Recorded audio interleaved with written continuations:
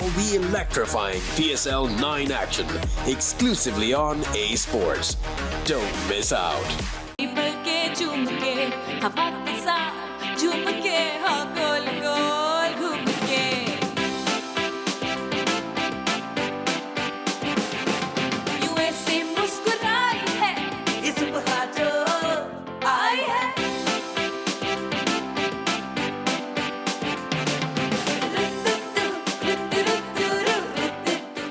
अस्सलामुअलैकुम, good morning Pakistan.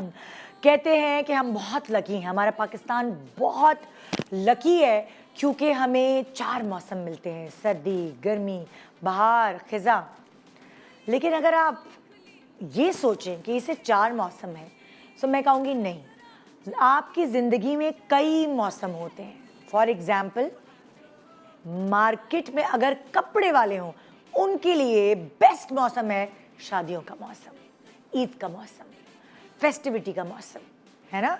उनकी चांदी हो जाती है, उनका फेवरेट ये मौसम कहलाता है।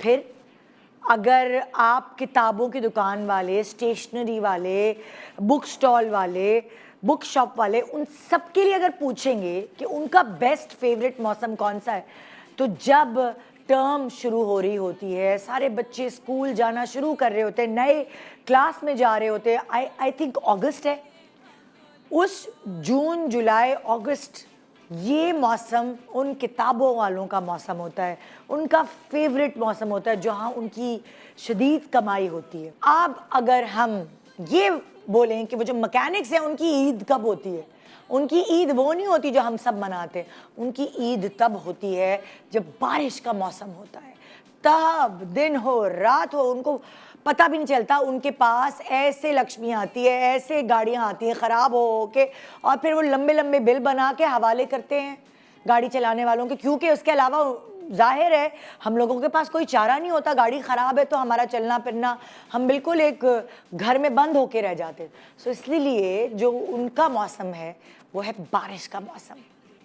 मुर्गी और अंडे वालों का, ख़ास तौर पे मुर्गी वालों का तो खैर पूरे साल ही रहता है मौसम, लेकिन अंडे वालों का जो उनकी चांदी होती है वो ख़ास तौर पे ठंड में होती है, जहाँ जब ज़्यादा अंडे खाए जाते हैं, या फिर जो जिम के करीब दुकानें होती हैं ना, उनके अंडे बहुत बिकते हैं, क्योंकि जो सारे जिम करने वाले लोग हैं, प्रोटीन खाने वाले लोग हैं, वो उधर से ही होते हैं। तो बड़ा इम्पॉर्टेंट है कि उनके लिए वो मौसम, सर्दी का मौसम, ईद का मौसम लगे।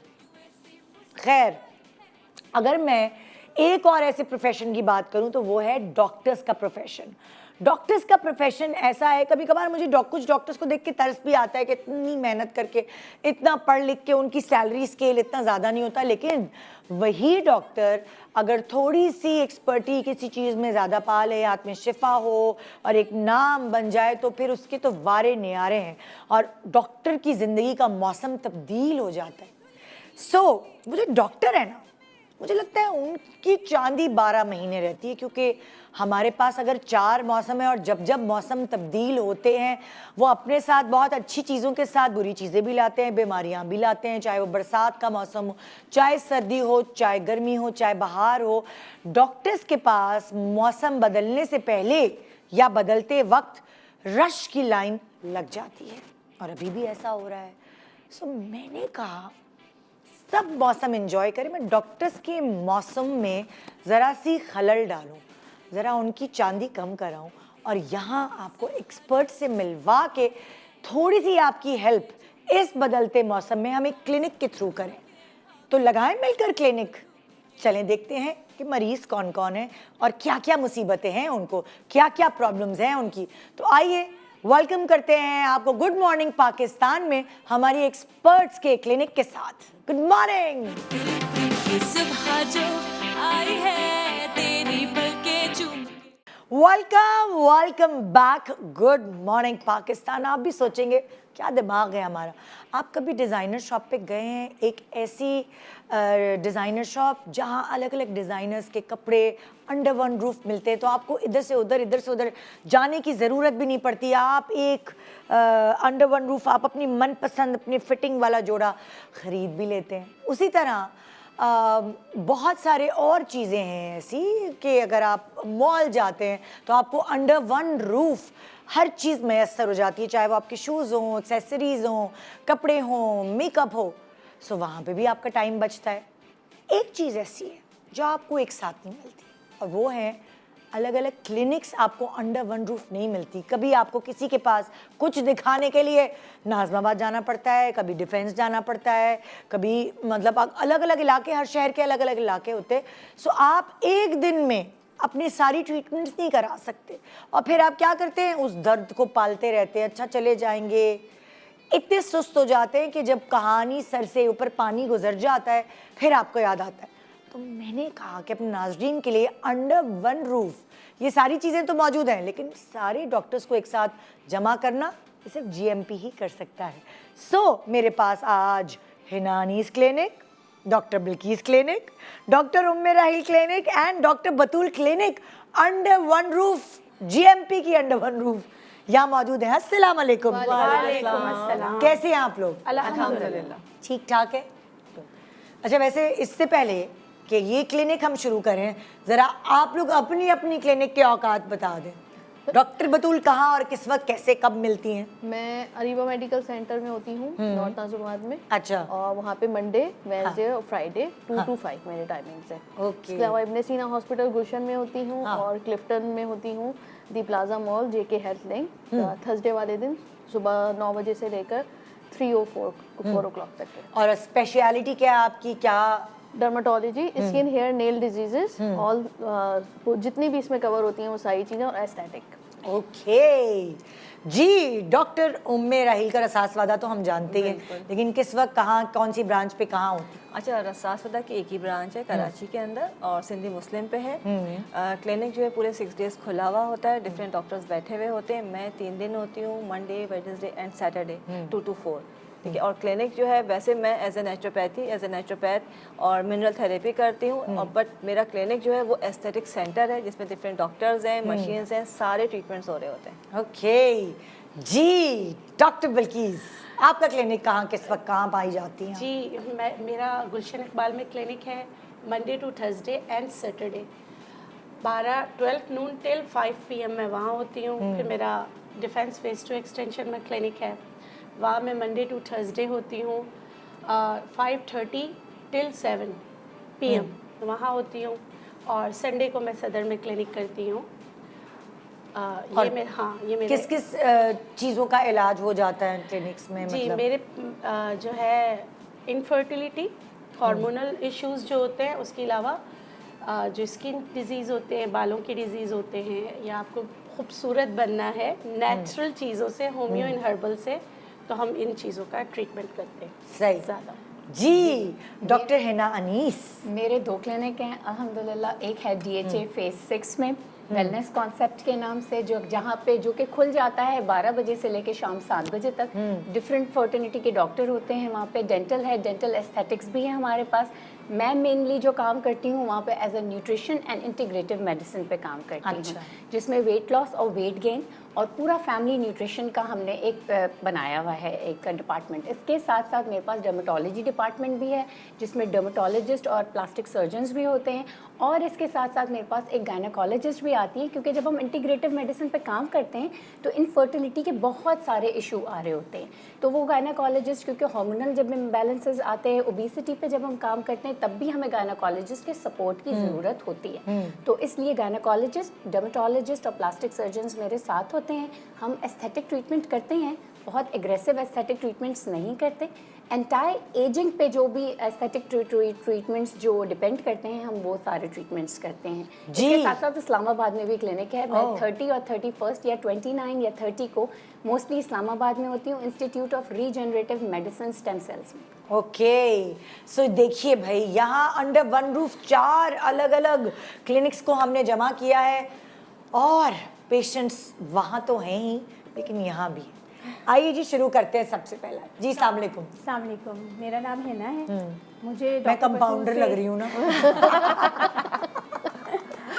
आप किस डॉक्टर से, नहीं मैं वैसी बात है, बाजी किस डॉक्टर से मिलेंगी या फिर एक्सेंट चेंज करके थोड़ा स्टाइलिश क्लासी में, आप किस डॉक्टर से मिलना चाहेंगी? मैं डॉक्टर बतूल से बात करना चाहूँगी। डॉक्टर बतूल, मेरा एड़ियों का बहुत मसला है, मतलब ऐसा है कि किसका मसला है? एड़ियों का, एंकल्स अच्छा, का, हाँ, फटी मैंने हुई कहा एरिया क्या होती है? फटी हुई एड़ियों का इशू है अच्छा। बेसिकली। इतनी ज़्यादा फट जाती है कि मैं विदाउट सॉक्स तो कोई शूज़ पहन ही नहीं और वो सकती। ब्लीडिंग भी होती है? ब्लीडिंग होती है अगर वेट हो जाए तो। इवन मेरे हस्बैंड को बहुत हील्स वगैरह पसंद है, लेकिन मैं पहन ही नहीं सकती कि वो इतनी बुरी लगती हैं कि उसमें से एरियाज। तो प्लीज़ कोई ऐसा रेमेडी बताएं कि जो ये लॉन्ग लास्टिंग मेरे लिए हो जाएगी ना। ओके, रेमेडी तो मैं आपको बहुत अच्छी बताऊंगी कि आप लगाएंगी और सही हो जाएंगी, but the thing is that कि ये इशू आपको कितने अरसे से? ये ऑलमोस्ट मुझे 2 से 3 साल हो गए हैं इसका, मतलब एक्सटेंस अब हुआ है। इससे पहले बहुत माइनर आपने कोई था। ब्लड टेस्ट करवाया अपना? ब्लड टेस्ट आयरन डिफिशिएंसी थी, लेकिन मैं उसके लिए मेडिसिन लेती हूँ। ठीक है, रेगुलर बेसिस पे? हाँ, रेगुलर बेसिस। ठीक है, तो आयरन के साथ साथ आपने विटामिन B12 भी बहुत अच्छा रखना है और मैग्नीशियम भी बहुत अच्छा लेना है।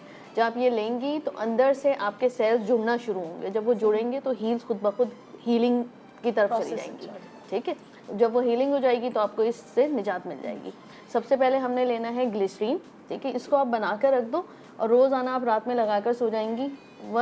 3 डेज से लेकर 1 वीक में आपकी बिल्कुल साफ़ सुथरी स्मूथ स्किन हो जाएगी। ग्लिसरीन मैंने 1 चम्मच लिया, 1 चम्मच हम शामिल करेंगे बादाम का तेल। आइडियली कड़वे बादाम का तेल होना चाहिए क्योंकि उसकी हीलिंग बहुत फास्ट होती है। फिर हम इसमें शामिल करेंगे वैसलीन, वाइट पेट्रोलियम। अब जो इसका मेन इंग्रेडिएंट है वो है हल्दी, आंबा हल्दी।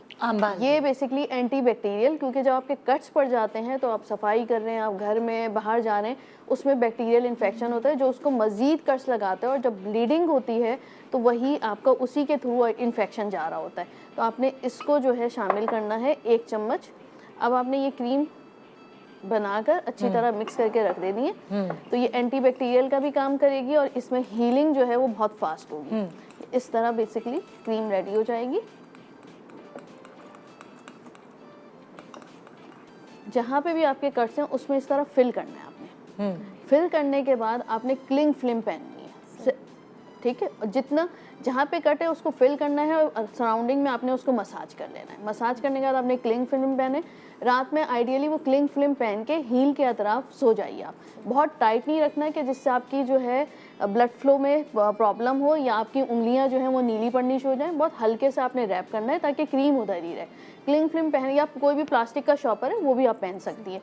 उंगलियां आप खुली रखेंगी, आपने सिर्फ हील के अतराफ पहनना है। 3 से 4 दिन में आपको फटी एड़ियों से निजात मिल जाएगी।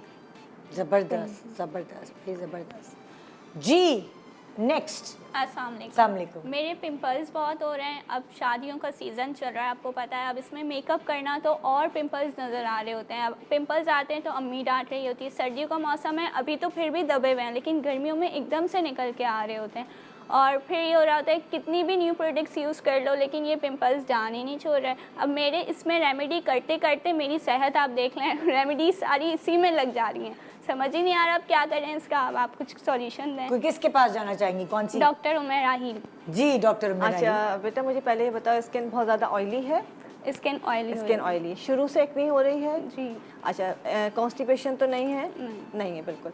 कोई प्रोडक्ट लगाती हो, जैसे रेमेडीज़ कर रही हो या कोई प्रोडक्ट भी लगा रही हो? मैं मॉइस्चराइज़र वगैरह रात में लगा रही हूँ। और इस सीज़न में लगा रही होगी, ठीक है।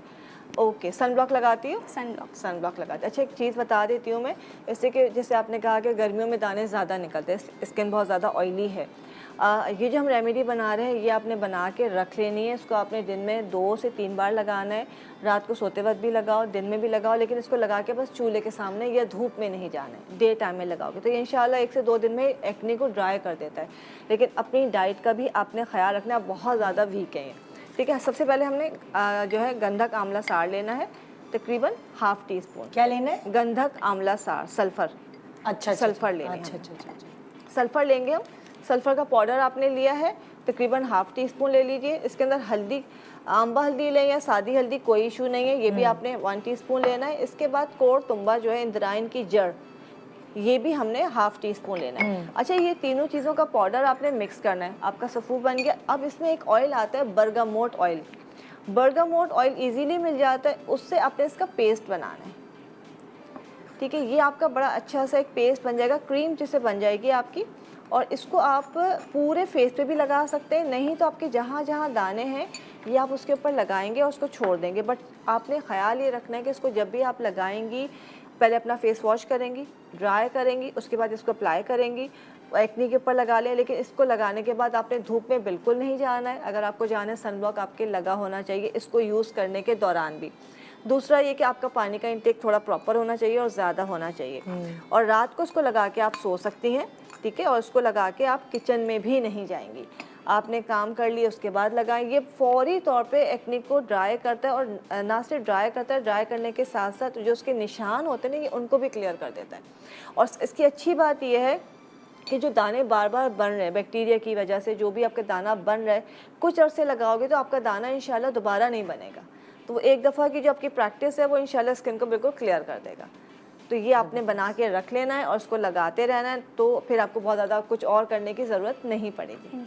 वेरी गुड, वेरी गुड जी। नेक्स्ट मेरा ना वेट का इशू बहुत होता है।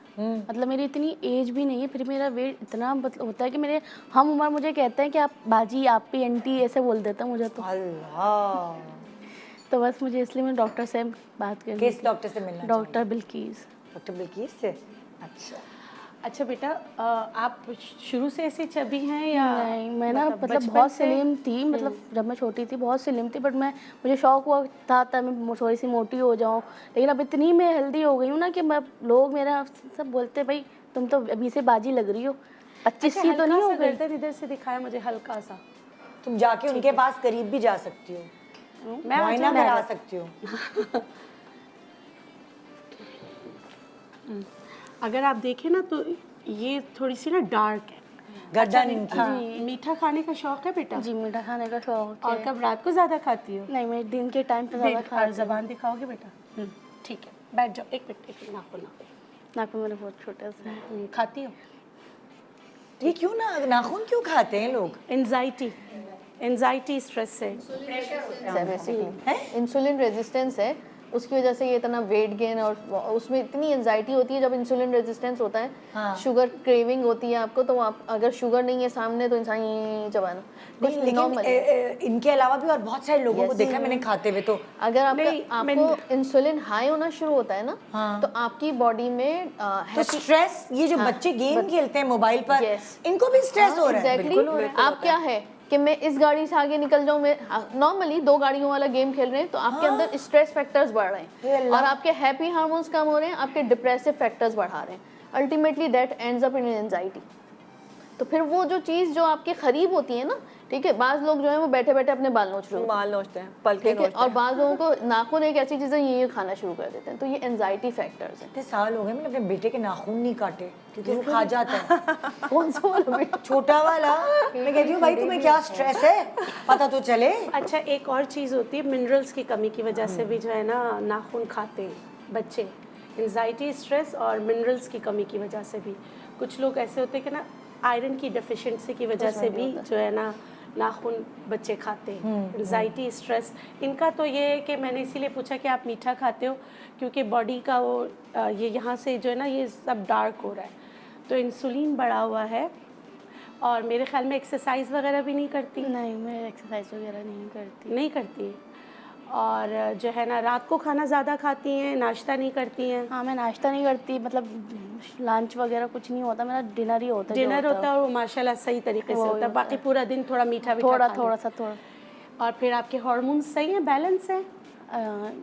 अभी चेक नहीं करवाया ये सब कुछ मैंने, बस। लेकिन रेगुलर है हर चीज़? जी रेगुलर है हर चीज़। देखिए ये जो बच्चे की कंडीशन है इसमें इसके हार्मोन्स इम्बैलेंस हो जाएंगे, पॉलिसिस्टिक ओवरीज की तरफ चली जाएंगी, लेकिन अभी नहीं लग रहा क्योंकि माशाल्लाह बाल बहुत अच्छे ना, स्किन पे कोई भी मैं नहीं देख रही हूँ कि कोई जो बाल आ रहे हों, तो वो सिम्टम्स नहीं है।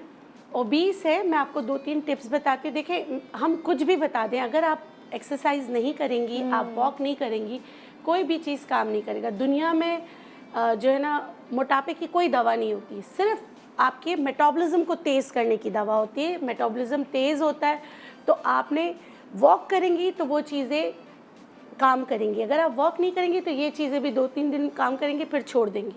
सबसे पहले नाश्ता बादशाहों की तरह करना है, दोपहर का खाना वज़ीरों की तरह, रात का खाना फ़कीरों की तरह। और आप अपना टाइमिंग रात का ऐसा करें कि 7 बजे खाना खाएं तो नाश्ता कोई बात नहीं, आप 11 बजे करें। आपकी बॉडी में जो फैट जमा है वो खुद ब खुद खर्च होना शुरू हो जाएगा। यानी कि इंटरमिटेंट फास्टिंग की बात आप कर रही हैं कि इनको कितने घंटे का ब्रेक देना है? 7 बजे खाएं तो सुबह 11 बजे खाएं। अच्छा, रात 7 बजे के बाद घंटे हुए? 7, 8, 9, 10, 11, 12, 13, 14, 15, 16, 15 क्योंकि 12 घंटे के बाद आपकी चर्बी जो बॉडी में है वो खर्च होना शुरू हो जाएगी। ठीक है, ये याद जो एनर्जी चाहिए वो खाने की वो आपकी चर्बी को कंज्यूम होना शुरू हो जाएगी इटसेल्फ। ठीक है, आपको ये जो है ना 12 घंटे के बाद होगा तो आप 15 घंटे रखोगे तो आपको बहुत ज़्यादा अच्छा फ़र्क पड़ेगा। इसमें आप दोपहर का खाना स्किप कर सकती हैं कि 11 बजे अगर आपने नाश्ता किया है, रिच प्रोटीन का नाश्ता करेंगी, जैसे आप अंडे उबले हुए खाएंगी, इस तरह का नाश्ता आप करोगे। ठीक है, और है ना रोटी फ़िलहाल कुछ वक्त के लिए छोड़ देना। और रेमेडी जो बता रही हूँ वो बहुत इजी है। आप लौकी ले लीजिए, छिलका नहीं उतारना। अगर वो नरम लौकी है तो उसका छिलका नहीं उतारना। आपने आधा जो है ना, आपने इतना जैसे ये लौकी लिया और इसको टुकड़े करके आप थोड़ा सा ना फ्राई पैन में सौते कर लें, हल्का सा। ठीक है, उसके बाद आपने क्या करना है, देखें ये इसमें आपने मिलाना है कड़ी पत्ते, 1 स्ट्रिंग्स के जितने कड़ी पत्ते आते हैं, इसको आप करेंगी ब्लेंड। अल्लाह शाफी अल्लाह काफ़ी कह के सुबह का आप, और इसको ना ब्लेंड करने के बाद इसको छानना नहीं है, ये पूरा आपने कंज्यूम करना है। उसके आधे घंटे बाद जो है ना आप नाश्ता कर लीजिए। नाश्ते में आप ब्लैक कॉफ़ी ज़रूर इस्तेमाल कीजिए, उसमें थोड़ा सा दालचीनी का पाउडर और कोकोनट मिल्क या कोकोनट ऑयल डाल दीजिए। वो आपकी चर्बी को जल्दी पिघलाने में आपकी मदद करेगा। उसके साथ फिर आप नाश्ता करने के आधे घंटे बाद जो है वॉक लाजमी करना है। उससे आप इंशाल्लाह 1 महीने में लोगों को टीच कर रही होंगी कि कैसा मोटापा दूर करते हैं। बिल्कुल। सो जी, यहाँ क्लिनिक पे थोड़ा सा ब्रेक चाहिए हमें, क्योंकि ज़रा डॉक्टर्स को भी कुछ हम एनर्जी ड्रिंक वगैरह दें। उन्होंने आखिर पूरे 2.5 घंटे की क्लिनिक करनी है यहाँ, तो एक छोटे से ब्रेक के बाद रहिए हमारे साथ। Good morning Pakistan.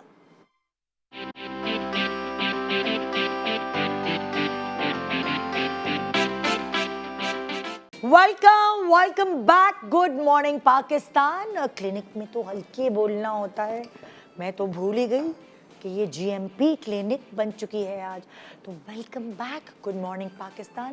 Please hospital में जाके कम इस तरह बात किया करें, क्योंकि मैंने बहुत पाकिस्तानियों को देखा है, बच्चे पैदा करने ख़वातीन आती हैं, उनका पूरा ख़ानदान आ जाता है और शोर शराबा, इतनी डिस्टर्बेंस होती है। ये मेरे ऊपर बीती है, मेरे 2 बच्चे ऐसे ही हुए क्लिनिक्स में शोर शराबे में। सो इसीलिए मैं सबको कह रही हूँ क्लिनिक्स में ज़रा हल्की आहिस्ता बात क्या करें। तो आइए चलते हैं अपने प्रोग्राम की तरफ। हाँ जी जी, मैंने कहा ड्रामे एक्टिंग तो करती नहीं हूँ, मैंने कहा यहीं कुछ कर लूँ। हम वैसे आपकी एक्टिंग को मिस करते हैं। ओके, सो अच्छा जी, हमारा डॉक्टर पेशेंट हिना अनीस के पास आई हैं ये मरीज। क्या मर्ज है आपका? क्या नाम है आपका? सॉरी, उर्मा जी। बड़ा प्यार है। मुझे ये आपसे काम था कि मेरी आईब्रोज और एलैशेस का इशू है बहुत ज़्यादा। आईब्रोज मेरी बहुत हल्की थी, पर किसी ने मुझे मशवरा दिया कि आप सैलून जाओ और आईब्रोज बनवाओ। मैंने बनवाना शुरू कर दी, पर ये मसला हो गया कि जब एक सैलून गई मैं, वहाँ उन्होंने मेरी आईब्रोज पे कट लगा दिया। ठीक है। और उसके बाद ये हुआ कि उन्होंने पतली कर दी, बहुत ज़्यादा ही पतली कर दी थी। तो मैंने बहुत गुस्सा भी करा उस टाइम में। मम्मा ने कहा कि जब मैंने मना किया था तो क्यों गई तुम आईब्रोज बनवाने। अच्छा, मेरा थोड़ा सा कंफ्यूजन हो रही है, आप थ्रेड से आईब्रोज बनवाने गई थी कि वो जो आईब्रोज पे टिंटिंग होती है, माइक्रो ब्लेडिंग या माइक्रो पिगमेंटेशन होती है, उसके लिए गई थी? नहीं, थ्रेड से आईब्रोज करवाने कह रही कट पड़ गया ना। अच्छा, वो सिर्फ थ्रेडिंग करवाने गई, बात सुन ले। थ्रेडिंग करवाने गई थी, कोई टिंट या कोई कलर या कोई प्रोसीजर करवाने नहीं गई थी? कुछ भी करवाने नहीं गई थी, थ्रेडिंग करवाने गई थी। उसके बाद कट लग गया, उन्होंने बिल्कुल पतली कर दी थी। और बहुत वैसी हल्की थी और पतली हो गई थी। उसके बाद इतना गुस्सा आता था जब शीशे में देखो यार क्या हो गया तो ये, तुम्हें गुस्से का इलाज करवाना है क्या आईब्रोज का? आईब्रोज का। Good question compounder. आईब्रोज का इलाज कराना, उसके बाद ये हुआ कि मैं पेंसिल वगैरह यूज़ करती हूँ अपनी आईब्रो पे, और उसके अलावा मेरी लैशेस का भी इशू है कि लैशेस बहुत झड़ती हैं। अच्छा। उनमें भी ग्रोथ नहीं है, ना आईब्रोज में ग्रोथ है। अभी भी मैंने अपनी आईब्रोज में पेंसिल लगाई हुई है और मस्कारा लगा हुआ है, तो इस वजह से नज़र आ रही है, वरना बिल्कुल भी नज़र ना आए। और मुझे प्लीज़ इसका कोई हल बता दें। सबसे पहली बात तो देखें, हल तो मैं बताऊंगी आपको रेमेडी, लेकिन जब बाल बुरी तरीके से इस तरीके से झड़ रहे होते हैं, पिगमेंट कम हो रहा होता है या बाल रीग्रोथ नहीं कर रहे होते, तो कुछ विटामिन्स की कमी हम में हो रही होती है। एंजाइटी सबसे पहले, अब आपको एक टेंशन हो गया, आपके बाल हट गए आईब्रोज से, अब आप बार बार शीशा देखोगी ना जब जाके, तो वो एंजाइटी प्रेशर बनेगा, बाल नहीं आएंगे। एंजाइटी की वजह से बाल दोबारा नहीं आएंगे, इसलिए उसको देखना छोड़ दो। सबसे पहली बात है, तुम जो हो जैसी हो अभी अच्छी लग रही हो, मुझे भी बहुत अच्छी लग रही हो। दूसरी बात है कि जिंक की कमी और विटामिन ई की कमी हो सकती है, तो वो आपने जिंक की टैबलेट मिलती हैं बहुत आसानी से मिलती हैं फार्मेसी पे, और विटामिन ई की मिलती हैं, जो ब्लू वाला पत्ता होता है हमारा बड़ा, मेरे पास पड़ा हुआ भी है, ठीक है। ये दोनों आपने एक एक लेनी है, रात के खाने के साथ आप ले लें तो ये आपको इजीली डाइजेस्ट हो जाएगा, तो आपकी आईब्रोज का ना रीग्रोथ अंदर से होने शुरू हो जाएगी और पिगमेंट अच्छे होंगे। दूसरा, आपको मैं एक अच्छी सी रेमेडी बता रही हूँ। आपने क्या करना है कि छोटी सी इस तरह की बॉटल होती है, उसमें इसको स्टोर कर लेना है, और मस्कारा, किसी भी मस्कारा के खाली ब्रश, उसको साफ़ कर लें, पुराना कोई भी पड़ा होगा धोएं अच्छी तरीके से, उसको साफ़ करें, ड्राई करें, और उससे अपनी पलकों पे भी लगाना है और आईब्रोज पे भी लगाना है, ठीक है ना। बहुत आसान रेमेडी है, कैस्टर ऑयल मार्केट में मिल जाता है, ठीक है, 1 टीस्पून। और आपने कोई माइक्रो ब्लेडिंग और माइक्रो पिगमेंटेशन नहीं करवानी, क्योंकि अक्सर लड़कियां वो भी करवा लेती हैं और उसके बाद भी झड़ जाती हैं। आई लैशेज़ एक्सटेंशन लगवा लेती हैं, उसके बाद तो वो और निकल के झड़ जाती हैं, तो ये तो बिल्कुल भी ना करवाएगा। आप अभी बहुत यंग हैं, आप ये रेमेडी करेंगी, विटामिन्स खाएंगी, तो आप बिल्कुल ठीक हो जाएंगी। कभी भी जाके मैं कभी भी रेकमेंड नहीं करती अपने किसी भी पेशेंट को कि वो आईब्रोज की और आई जो होती है ना हमारी आई लैशेज़ की एक्सटेंशन लगवाएं, वो निकल जाती हैं, अपनी जो होती है ना वो भी साथ लेके निकलती हैं। तो 1 टीस्पून से ज़्यादा आप 2 टीस्पून ले लें, क्योंकि हमने स्टोर करना है इसको। 2 टीस्पून हमने कैस्टर ऑयल ले लिया, ये आपका 1 महीने से भी शायद ज़्यादा की रेमेडी है ये। अब दोबारा बना लीजिएगा। थोड़ा सा हम सुरमा लेंगे, ये जो सुरमा बाज़ार में आम सा मिल जाता है, हम ये सुरमा लेंगे, ठीक है ना। समझें 1/4 टीस्पून, 1/4 से भी कम, बस इतना सा आएगा इसमें, ये पिगमेंट बनाएगा इसमें। ये हो गया, ठीक है। अब इसके साथ साथ आपने लेना है कॉफ़ी पाउडर। कॉफ़ी पाउडर भी 1 चुटकी आपने लेना है, ये भी अपनी पिगमेंट रिलीज़ करता रहेगा इसमें, ठीक है। आपने इन चीज़ों को मिक्स करना है, मिक्स करके आपने एक बॉटल में भर के रख लेना है, और रोज़ रात को सोते वक्त आईब्रोज पे और आई लैशेज़ पे मस्कारा से लगा लेना है हल्का हल्का। आप देखेंगे कि थोड़े दिनों में आपकी आई लैशेज़ हैं और आईब्रोज हैं वो कुछ थिक भी होने शुरू हो जाएंगी, डार्क भी होने शुरू हो जाएंगी, और फिर जैसा शेप हो आप उसको शेप करवा लीजिएगा, तो कोई टेंशन की बात ही नहीं। डन है जी डन है जी। आपका क्या मसला है सामने? मेरे साथ ना डैंड्रफ का बहुत मसला है। हाँ जी। अरे मेरे साथ भी बड़ा मसला है। सुन, किस डॉक्टर के पास चलें? चलो बताओ। मैं डॉक्टर बतूल के पास जाऊंगी। चलें डॉक्टर बतूल। भाई 2 पेशेंट हैं आपके पास, एक साथ टरखा दें। अच्छा, डैंड्रफ बेसिकली देखो बेटा, अगर आप गलत शैम्पू इस्तेमाल कर रही हैं उस वजह से भी होती है, मौसम की वजह से भी होती है, और अगर आपके घर में खारा पानी आता है तो उस वजह से भी होती है। अच्छा डॉक्टर साहब, मुझे पता है डैंड्रफ कब से शुरू हुई। मैं थोड़े दिन के लिए दुबई गई थी, और दुबई में मैं ऐसे तेज शावर का पानी आ रहा था, मैंने तो वो हार्ड वाटर है बेसिकली ना, वो आपके जब स्कैल्प में इतनी डैंड्रफ हो गई, पहले नहीं थी। तो आपको कब हुई, जरा ये भी बता। मुझे तो सर्दियों में ज्यादा हो जाती है ना, बहुत डैंड्रफ हो जाती है, इतनी खारिश होती है कि मैं परेशान हो जाती हूँ। और लोग समझते हैं कि कुछ और चल रहा है। जी, यही समझते हैं लोग। बड़ी शर्मिंदगी होती है जी। बिल्कुल। अच्छा, ये बहुत आसान सी रेमेडी है, आप ये यूज़ करें, इंशाल्लाह इससे आपको जो है इस बिल्कुल निजात मिल जाएगी। हमने लेना है एक्टिवेटेड चारकोल, यानी कि कोयला एक्टिवेटेड चारकोल का है। और ये हमें कहाँ से मिलेगा डॉक्टर साहब? हर जगह मिल जाता है, ऑनलाइन भी मिलता है, हर पंसारी के पास है, जितने बड़े बड़े मेगा सुपर स्टोर खुले हुए वहाँ पे भी मौजूद है, और बहुत सस्ता सा भी है। अच्छा, ठीक है, ये लेना है। इसमें हम शामिल करेंगे 1 चम्मच जिंक का,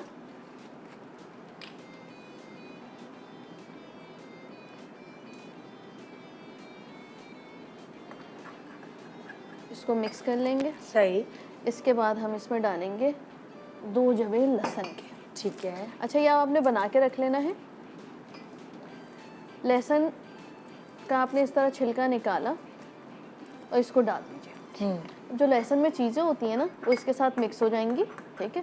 अगर आपको जिंक की वजह से चिपचिपाहट महसूस हो, बाद लोगों को फील होती है, तो आप इसमें इतना ही पानी डाल दीजिए। एक दफ़ा दोबारा बताएं। एक तो आपने एक चम्मच लिया हमने जिंक एक्टिवेटेड चारकोल का पाउडर, 2 जवे लहसुन के और 1 चम्मच जिंक का। अच्छा, जो जिंक बच्चे के पेट खराब होता है, जिंक एड। अगर आप टैबलेट ऐड करते हैं ना तो वो चिपचिपाहट नहीं होती है, ठीक है। जो सिरप होता है उसमें थोड़ी सी चिपचिपाहट होती है, तो बहुत लोगों को इरिटेट करती है। अगर आपको चिपचिपाहट बहुत ज़्यादा इरिटेट करे तो आपने इसमें 1 चम्मच पानी शामिल कर लीजिए। अच्छा, डाइल्यूट कर लें। अच्छा, अब और ये क्या लगाएं कैसे? ये आपने रात में अगर तेल लगाया है, सुबह आप शावर करने जा रहे हैं और अगर ऑयल नहीं भी लगाया हुआ है, उस वक्त आपने इसको अच्छी तरह जड़ों में मसाज करना है, थिन लेयर कर करके। किसको मसाज करना है? इसी को, पूरे ये लिक्विड को, अच्छा, ठीक है। ये इस लिक्विड को आपने मसाज अच्छा, ये जो लहसुन है कचौके लगा के नहीं, ऐसे भी रख देंगे। अगर आप एक मरीज अगर आप ऐसे भी रख देंगी तो इसकी चीजें इसमें रिलीज हो रही हैं। ओके।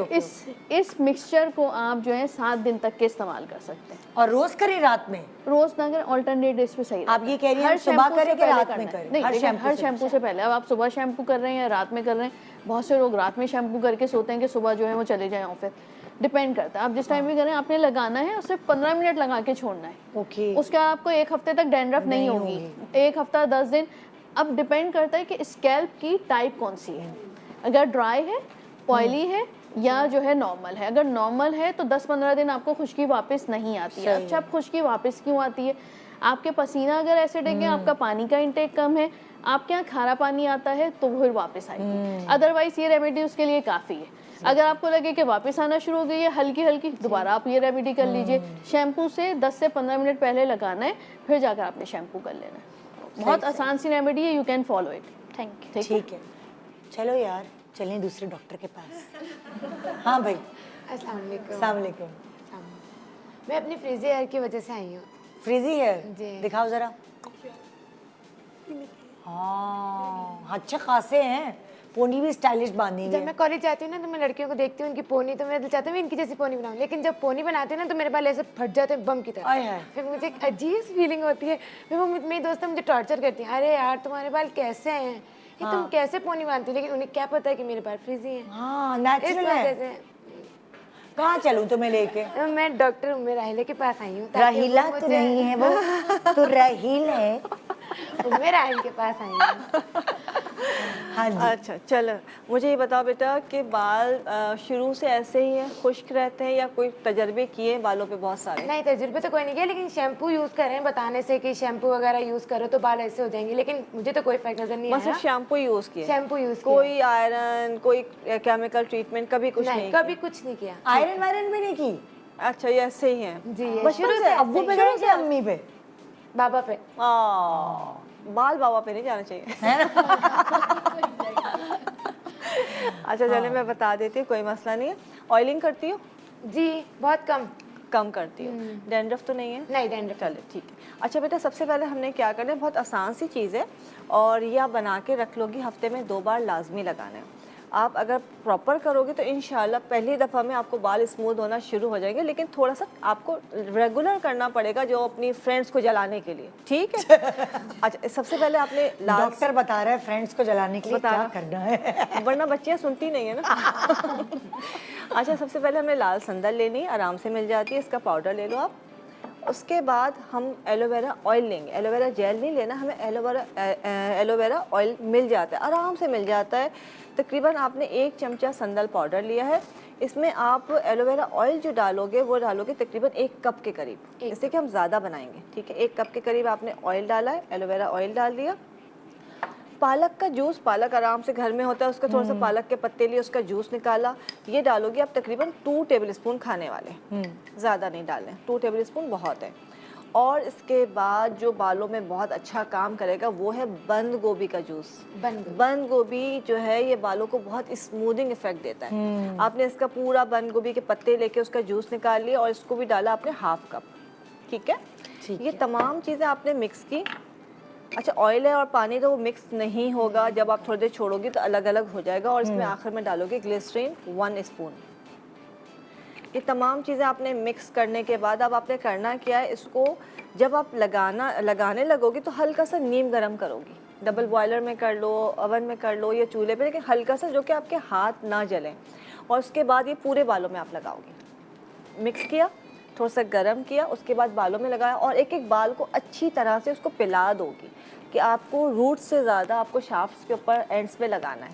लगाने के बाद एक तौलिया गर्म पानी में भिगो के निचोड़ के वो लपेट लो या शावर कैप पहन लो।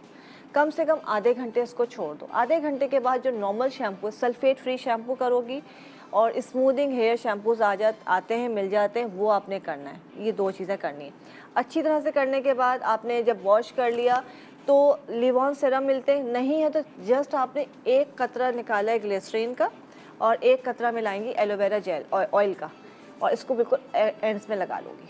गीले बालों के अंदर ही लगाना है और बस फिर आप छोड़ दोगी। जब बाल सूख जाएंगे उस वक्त आपने कंघा करना है, ब्रश करना है, ठीक है। ये हफ्ते में 2 बार लाजमी लगाएंगी और हफ्ते में 2 बार रात को लगा रही हूँ, बहुत अच्छी बात है, नहीं तो आधे घंटे तो लाजमी लगाओगी। और गर्म तौलिया लपेटो या शावर कैप, गर्मी लगना पहुँचना ज़रूरी है ताकि जज्ब हो जाए। और गर्म पानी से सर को वॉश नहीं करोगे, ठीक है। मतलब जब आप वॉश कर रही हो, सर्दियाँ है तो बहुत ज़्यादा गर्म पानी इस्तेमाल करते हैं, तो कोशिश करो पानी से वॉश कर, सर के लिए, बालों के लिए ना पानी थोड़ा सा हल्का नीम गर्म इस्तेमाल करो। आप सिर्फ 2 दफ़ा इस्तेमाल करके आप खुद कॉल करके बताओगे कि मेरे बाल बहुत अच्छे हो गए इंशाल्लाह। ज़बरदस्त है, ज़बरदस्त। खुश हो? सुनने से ही मुझे तो लग रहा है मेरे बाल अच्छे हो गए। डॉक्टर से है ना एफर्ट करवा रही हैं और घर जाके और ये सब अब ले जाना, लगा लेना तुम, सही है ना। अच्छा, कोई एक चीज़ है ऐसी खाने वाली जिससे बालों की फ्रिजीनेस खत्म भी हो? कोई हम डाइट में कोई ऐसी चीज़ डाल सकते हैं क्या? फ्लैक्स सीड्स चबा के 1 टेबल फ्लैक्स सीड्स को अलसी चबा के कच्ची खा लें। हाँ, बेस्ट। मैं खुद खाती हूँ। यखनी वो अंदर जाकर जो है ना गट के जो एंजाइम्स और एसिड्स होते हैं ना वो खुद ही फूल जाती है।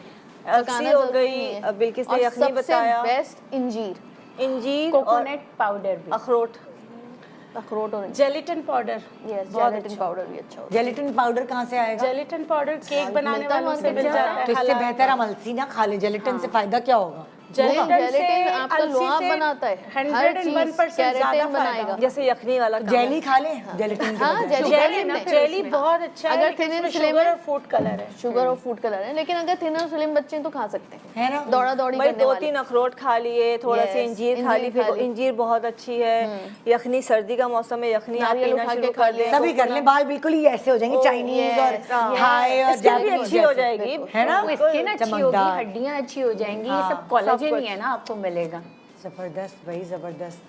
चलो बहन, किस डॉक्टर से मिलना चाहोगी? अस्सलाम वालेकुम, मैं आज आई हूँ डॉक्टर बिल्किस के पास अपनी फरियाद लेके। डॉक्टर साहब मेरे फरियाद क्यों? ये डार्क सर्कल बहुत हो रहे हैं। मैं इतना इलाज करवा के थक गई हूँ, यानी सीरम भी लगा लिए, बहुत ज़्यादा मेडिसिन भी ले ली, डॉक्टर्स को भी दिखा दी, लेकिन डार्क सर्कल कम नहीं हो रहे। मैंने मतलब मेकअप भी यूज़ करती हूँ, तो मेकअप अगर आपको पता है कंसील करना पड़ता है, फिर इसके ऊपर फाउंडेशन लगानी पड़ती है, वो ग्रे हो जाते हैं, ग्रे के बाद वो ब्लैक हो जाते हैं, यानी और ज़्यादा डार्क सर्कल नुमाया होते हैं, यानी फेस पे सिर्फ डार्क सर्कल ही नज़र आ रहे होते हैं। हाँ अच्छा बेटा, डॉक्टर बिल्किस एक मुझे आपसे बात पूछनी है कि बहुत सारी बच्चियाँ, फॉर एग्जांपल मेरी बेटी भी, उसको भी ये प्रॉब्लम होती है डार्क सर्कल्स की, लेकिन वो बहुत सोती है, बाकी सब चीज़ें भी सही हैं, मगर ऐसा मुझे लगता है इसका स्केलेटन थोड़ी डीप सेट आईज है, सनकन आईज कहते हैं हम उसको, सनकन आईज, सनकन आईज।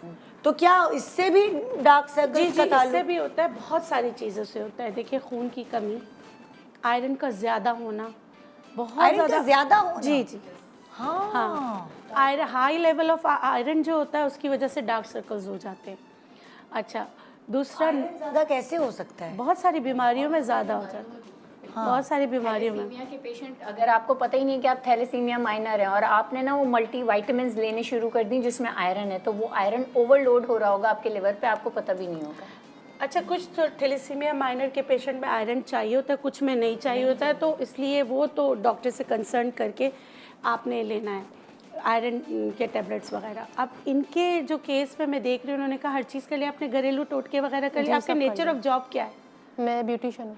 हाँ, देखिए जो आँखों का बहुत ज़्यादा जब वर्क करते ना, आँखों का काम ज़्यादा करते, उनकी वजह से भी होता है। जैसे हम कहते हैं लैपटॉप ज़्यादा देखना, आजकल सारे बच्चे वगैरह जो है सारे थीसिस वगैरह लैपटॉप से ही कर रहे होते हैं, और जो है ना उसको बहुत ज़्यादा देखना, अपना मोबाइल, बहुत ज़्यादा मोबाइल का इस्तेमाल, वो भी डार्क सर्कल्स। और नज़ला, ज़ुकाम, खांसी, नाक की हड्डी का बढ़ना, नाक का गोश्त का बढ़ना भी डार्क सर्कल्स इसकी वजह होती है। जब तक हम रूट कॉज को दूर नहीं करेंगे, कुछ भी लगा लेंगे, हमें फ़र्क नहीं पड़ेगा। तो हमने सुना ही है आमतौर पे कि सोना, कम सोना और ज़्यादा सोना। अच्छा, ज़्यादा सोने से जी, भी कम सोना और ज़्यादा सोना। समझी मेरी बेटी को क्यों है डार्क सर्कल। अच्छा देखिए, जिसमें भी कम होगा आप ज़्यादा सोने, आप लेकिन रात की नींद लेना ज़रूरी है। अगर आप दिन में टाइमिंग्स, कम सोना, ज़्यादा सोना, बहुत ज़्यादा अद्वियात का इस्तेमाल करना जिसमें आपके लीवर कॉम्प्रोमाइज़ कर रहा हो, तो उससे भी आपको डार्क सर्कल्स होते हैं। आंतों का मसला, यानी कि अगर आप कॉन्स्टिपेटेड है या लूज मोशन है, दोनों में डार्क सर्कल्स होते हैं। अभी बताइएगा ब्रेक के बाद, जब वापस आ जाएं आपकी क्लिनिक पे, थोड़ा सा देर के लिए ताला लगाते हैं एक छोटे से ब्रेक के बाद। Good morning Pakistan.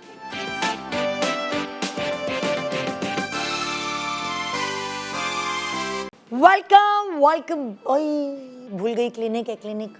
Welcome back, good morning Pakistan. और थोड़ी सी ज़रा मुझे कम शोर करने की आदत थोड़ी ज़्यादा है और धीरे बोलने की आदत कम है, तो मैं आपको वेलकम करती हूँ दोबारा अपने शो पे। और हम बात कर रहे थे डार्क सर्कल्स की। डॉक्टर बल्कीस जी, अच्छा मैं आपको रेमेडी बता देती हूँ। रेमेडी बताने से पहले आपको गाजरें खाना भी है, और क्यों खाना है वो मैं बता देती हूँ। आप गाजर को जब भी कट करेंगे ना, आप अगर इसको गौर से देखेंगे, इसके अंदर आंख बनी होगी पूरी, जैसे हमारी आई बनी। हमारे बचपन में नहीं अम्माएं कहती थी गाजर खाओ तो आंखें तेज होंगी। पूरा आप देख लो, पूरा जैसे आई, पूरी आई बनी। तो अल्लाह गफूर रहीम ने हमें बताया कि आपकी आंखों के लिए बहुत अच्छा है, चाहे डार्क सर्कल्स हो, चाहे नज़र कमज़ोर हो। गाजरें आई हुई हैं तो इसका इस्तेमाल ज़्यादा से ज़्यादा ऐसे ही खाते रहें। कच्ची गाजर खाना बहुत अच्छा है, लेकिन जिनको नज़ले की शिकायत होती है ना, वो इसका सूप बना के पिए। तो क्या होता है नज़ले की जिनको शिकायत होती है, इससे क्या होता है? ठंडी होती है ना, तो हो सकता है एग्रीवेशन हो जाए। अगर नज़ला है तो अच्छा, एग्रीवेट कर जाए, तो इसलिए वो सूप बना के पिए। नहीं तो गाजरें आपके, देखिए गाजर का हलवा ना खा लें सूप के बजाय। वाह, वो बहुत अच्छा है। और क्या? हाँ, वो भी अच्छा। हर शादी में यही मिल रहा है, चीनी के साथ बहुत सारी घी, चीनी वगैरह वगैरह। चीनी हटा दें, स्टीविया इस्तेमाल कर लें, तो फिर वो भी आपके लिए अच्छा है। सही है, मेरी भी बारी आने वाली। अच्छा, अब आपकी रेमेडी जो है, जोजोबा ऑयल और ग्रीन टी के साशे आप ले लीजिए। जोजोबा ऑयल को इसमें डिप कर लीजिए, आपके डार्क सर्कल्स के लिए बहुत ही अच्छी चीज़। जोजोबा ऑयल किस में डिप करें? ग्रीन टी का साशे लिया मैंने, टी बैग लिया, उसमें मैंने जोजोबा ऑयल जो है यूज टी बैग ना, यूज टी बैग भी यूज टी बैग ज़्यादा अच्छा होता है, क्योंकि इसमें वाटर कंटेंट होता है, तो वो जल्दी से वो ऑयल में मिक्स हो जाएगा। ठीक है, इसके लिए आपको हल्का सा फिर एलोवेरा जेल डालना पड़ेगा इसमें। तो या तो आप एलोवेरा जेल मिला लें या यूज़ कर लें। ठीक है, ये आपकी दवा बन गई। ये जिनकी अगर आई लैशेज़ गिर भी रही होती है ना, तो उनके लिए भी अच्छा होता है। और आई लैशेज़ और जैसे डार्क सर्कल्स के लिए एक मिनरल बहुत अच्छा होता है, जिसे सिलीनियम कहते हैं। तो आप कोई भी मल्टीविटामिन जिसमें सिलीनियम होता है, जिनके डार्क सर्कल्स हो और आई लैशेज़ गिर रहे हो, तो जिसमें सिलीनियम हो वो ज़रूर इस्तेमाल करें। और ये जो है, आप ये वाला जो ऑयल है, ये रोज़ाना रात को लगा कर सोएं, तो आप देखेंगे स्लो एंड ग्रेजुअली आपको फ़र्क पड़ेगा, हाइड्रेट होगा और डार्क सर्कल्स मिनिमाइज होते चले जाएंगे। आसान रेमेडी। हाँ, आसान है, और कोशिश करो कि सही हो जाए, है ना। इसकी तो डीप सेट आइज नहीं है ना, संकन आइज तो नहीं। हाँ, इसके डार्क सर्कल्स है। और डार्क सर्कल्स वालों को 2-3 चीज़ें और करनी चाहिए। एक तो डीप ब्रेथ एक्सरसाइज, ताकि ऑक्सीजन की सप्लाई हो। और ये कप होता है, इस तरह करके आँखों पे रख के ब्लिंकिंग। ये रात को आप आदत बना लें, डार्क सर्कल्स भी ख़त्म होंगे, साथ में आई रिंकल पे भी फ़र्क पड़ेगा। बस एक कप बनाना है और बिल्कुल अंधेरा हो, अंधेरे में आंखें खोल के ब्लिंक करना है। ओके, तो ये बहुत अच्छा होता है। जी, उनसे पूछो ना, आपसे पूछो। जी, कैसी हैं आप? अल्लाह का ठीक है, पान खा रही हैं? नहीं। और नहीं है? मैं पान वान नहीं खाती। अच्छा जी, क्लिनिक पे कैसे आना हुआ? ये हड्डियों का मसला है, ये जोड़ों में ये दर्द है। हाँ, पूरे सब ये जैसे गर्दन में ये सब जगह, ये कोनी है, ये सब जगह। ये जैसे आम दिनों में तो होता, अब सर्दी जब से आई है ना, इसको और ज़्यादा मजीद बढ़ गया है। कौन सी डॉक्टर के पास चलूं लेके आपको? रक्षा मंगाती हूँ अभी। ये इनके क्या इनका नाम है ना हिना अनीस है। हिना अनीस हाँ। इनके पास जी। इनका नाम वैसे भी खुशबू है हिना के नाम से। हाँ हाँ, शायराना महल कर दिया। ये तो बहुत अच्छी बात है, डॉक्टर और पेशेंट का ना एक कनेक्शन बिल्टअप हो जाना चाहिए, ट्रस्ट बिल्ट होता है। हिना माने खुशबू के खुशबू, तो ये है कि इसकी मैं बहुत परेशान हूँ इसकी वजह से। अब ये कि हड्डियों में दर्द है, दर्द है, कमजोरी भी होती होगी। उठने में बैठने में बहुत तकलीफ होती है। अच्छा। अब जैसे नमाज पढ़ने बैठे हैं तो झुकते हैं तो ये यहाँ घुटनों में आ जाती है, आवाजें आती होंगी, कटक आवाज आती है। आपने कोई टेस्ट करवाया है विटामिन डी का, विटामिन B12 मैंने का? चेक कराया था। अच्छा, क्या कहा तो था? वहाँ हड्डियों को कैल्शियम की कमी आई थी। अच्छा, सही है। अब मैंने 4 महीने पूरी दवा खाई है। अच्छा, दवा भी खाई होगी और दूध से खाई होगी दवा? दूध केला हर चीज लिए मैंने। अच्छा, उसके और मजीद मेरा दवा खा कर मेरा मुंह का मजा खराब हो गया, कड़वा हो गया। अच्छा अच्छा अच्छा, पता है होता क्या है? तो क्या कौन सी कैल्शियम की दवाई खा के मजा खराब हो गया? कैल्शियम की दवाई जब हम दूध के साथ और खा रहे होते हैं ना, तो दूध एसिड प्रोड्यूस कर रहा होता है। अक्सर डॉक्टर्स और अक्सर जो लोगों में थोड़ा सा ये मिसकॉन्सेप्शन है कि दवाई को, कैल्शियम की दवाई को या विटामिन डी की दवाई को दूध के साथ खाएं। अब दूध ही डेयरी है जो नॉर्मल दूध मिलता है वो लोगों को इतना सूट ही नहीं कर रहा होता, तो सबसे पहले तो वो प्रॉब्लम वहाँ खड़ी कर देता है। दूसरा, विटामिन डी को भी दूध के साथ खा रहे होते हैं तो वो इतना इम्बैलेंस हो जाता है कि वो एब्जॉर्ब नहीं हो रहा होता। खानों के साथ खाएं। ये जो दवाइयाँ हैं कैल्शियम की, जो भी मिनरल्स आपको देते हैं डॉक्टर्स, उसको खानों के दरमियान खाएं, क्योंकि खाने में थोड़ा इंजेक्शन ना लगा लें विटामिन डी का? लगवाएं, बेटर ज्यादा है ना, एब्जॉर्प्शन अच्छी हो जाएगी। एब्जॉर्प्शन अच्छी, विटामिन B12 के भी आप इंजेक्शन लगवाएं, वो अच्छे हैं। और कैल्शियम के लिए सबसे बेहतरीन चीज़ है अंडों की सफेदी, मोरिंगा, जो हमारे सौंजना के पत्ते होते हैं, बहुत अच्छी चीज़ है। हाँ, एक खाती होंगी ना आप सिर्फ अंडा नाश्ते में, वो पूरा नहीं करता। आपको दिन में 3-4 अंडे खाने। अब क्योंकि वज़न बढ़ जाएगा, क्योंकि कोलेस्ट्रॉल होगा, तो अंडा खाने से कोलेस्ट्रॉल नहीं बढ़ता। अंडे को तल के खाने से कोलेस्ट्रॉल बढ़ जाता है। हाँ, उबला हुआ आप अंडा खाएं, कोलेस्ट्रॉल नहीं बढ़ेगा। दूसरा ये है कि आपने फिजिकल एक्टिविटी कुछ करती, वॉक करने जाती है, चहलकदमी के लिए? घर में ही माशाल्लाह बच्चे हैं, उनके साथ काम वाम करवाना, बैठना उठना, उसमें इतनी वॉक हो जाती है। लेकिन फिर भी आपको ये वाली वॉक नहीं होती, आपको बाहर वॉक करनी पड़ेगी। देखें, वजन भी थोड़ा पता है मैं रोज भागती हूँ मेकअप रूम से स्टूडियो तक, डेली रनिंग करती हूँ, फिर भी तो ये तो ये कोई वॉकिंग और रनिंग नहीं हुई। घर के पास तो बाजार है। हाँ। अब वॉक करने तो पता कहीं वहाँ पार्क में जाए। नहीं, ये जरूरी नहीं, गली तो होगी ना। एक बात सुनिए मेरी, आप बहुत सारी खवातीन बाकी बाजार में जाती हैं, सही है, और उनको ऐसा लगता है कि हमारी तो इतनी वॉक हो गई, हम तो शादी की शॉपिंग कर रहे हैं। 5-5, 10-10 मिनट तक एक दुकान वाले के पास रुकती हैं और उससे पैसे कम कराती हैं। तो उनका टेम्पो वो तो नहीं होता ब्रिस्क वॉक वाला, जो के गार्डन में या किसी ऐसे समंदर पे जहाँ आप टाइमिंग के हिसाब से रुकते हैं, फिर बढ़ते हैं, फिर तेज करते हैं, फिर स्लो करते हैं। वॉक का, क्योंकि वॉक अगर आप मोटापे के लिए करेंगे तो ब्रेन अवेयर होता है, वो आपके कैलोरीज बर्न करता है। वॉक का एक तरीका है कि शुरू में 5 मिनट थोड़ी हल्की, बीच के 10 मिनट वॉक बहुत तेज, फिर आखिर के 5-7 मिनट थोड़ी हल्की। जो बीच के 10 मिनट होते हैं ना, जिसमें हम नॉन स्टॉप तेज वॉक करते हैं, ये एक्चुअली आपके मेटाबॉलिज्म को फास्ट कर रही होती है। और जो एंड वाले 5-7 मिनट होते हैं, वो उसको कैलोरीज को बर्न करने में हेल्प कर रहे होते हैं। आप वहीं जाके बैठ जाएंगी, फिर रास्ते में चाट समोसे खा लेती हैं, कोल्ड ड्रिंक्स पी लेती हैं, शरबत का एक गिलास गन्ने का जूस। मैंने तो शॉपिंग पे गई थी, 2.5 घंटे लगा के आई हूँ, जिसमें से 15 मिनट एक दुकान से दूसरी दुकान तक गई हूँ, बाकी पैसे की हैं पठान भाई से कि कपड़ा जरा सस्ता देना। ऐसे ही होता है। तो ये वॉक कोई नहीं करती, आपके घर के बाहर गली होगी, आप एटलीस्ट गली में तो वॉक करके चेक करें। रोड है बहुत अच्छा, बड़ा बाजार है। भी आ रहे हैं। हाँ, इनके आपको जो हड्डियाँ, आपका थोड़ा सा देखें, ये जो स्वेलिंग और इस तरह का लग रहा है ना, आपने रूमेटाइड आर्थराइटिस का कभी टेस्ट करवाया है? किसी डॉक्टर ने कहा आपका यूरिक एसिड कितना है? मैंने टेस्ट करवाया था, आयो क्लिनिक नहीं, वहाँ जब कराया था, जब यहाँ घुटनों में इतने बड़े खले हो गए, वहाँ करवाया था, तो वहाँ पे उन्होंने मुझे वहीं की दवा दी थी। अच्छा, उससे मुझे फायदा हुआ। वो पेन किलर होगी, क्या होगी? क्योंकि नहीं, इन्होंने वहीं की दवा दी थी। उन्होंने कहा यहाँ की दवा नहीं लेना, यहाँ की दवा ये सब जाली दवाएं, सही, वहीं के बाहर से दवा के वहाँ जाली हमारी। हाँ, उन्होंने मना कर देखिए, दिया इसका कि- बात सुने, हमारी क्या मतलब यहाँ की दवाइयाँ भी लोग ले। अरे भाई उन्होंने खुद ही बोला मुझसे कहने कि नहीं, अच्छा नहीं, लगा वो आपने है। करे। होते कि आप हमारे ले लें। हाँ। तो वो देखें, वो पेन किलर होगी, मुझे नहीं पता वो क्या दवाई नहीं, है, बहुत लेकिन अच्छी दवा थी, यकीन मानो 1 महीने में ऐसा हो गया था, बहुत मैं तो बहुत दूर दूर तक पैदल चली जाती। छोड़ने के बाद तो वही हो गया ना। हाँ। इसका नहीं, मतलब असल में चक्कर ये हुआ, मेरे हस्बैंड का हुआ इंतकाल। अच्छा जी। वो बीमार हो गए थे, उनको Stress उठाना trigger बिठाना किया। सब करना, वजन, हाँ उनको उठाना, उसमें हड्डियों मेरी जोर पड़ा। स्ट्रेस। आप कार्टिलेज का कभी टेस्ट करवाया आपने? एक्सरे नहीं, मैं वहीं करवाया। नहीं, एक्सरे होता है हमारा। ये करा था सब ये। अच्छा किया था, तो ये है। एंड आपको रूमेटाइड आर्थराइटिस भी अच्छा, मैं एक बात है। बताऊं? स्ट्रेस जब इतना इनको पैनिक किया ना, जब हस्बैंड का इंतकाल भी हुआ और ये दोबारा आपको दर्द शुरू हो गई, तो आपको आपका यूरिक एसिड भी बढ़ा हुआ है, आपकी कार्टिलेज भी कम है और आपका रूमेटाइड आर्थराइटिस भी है। जिसमें खिंचाव होता है?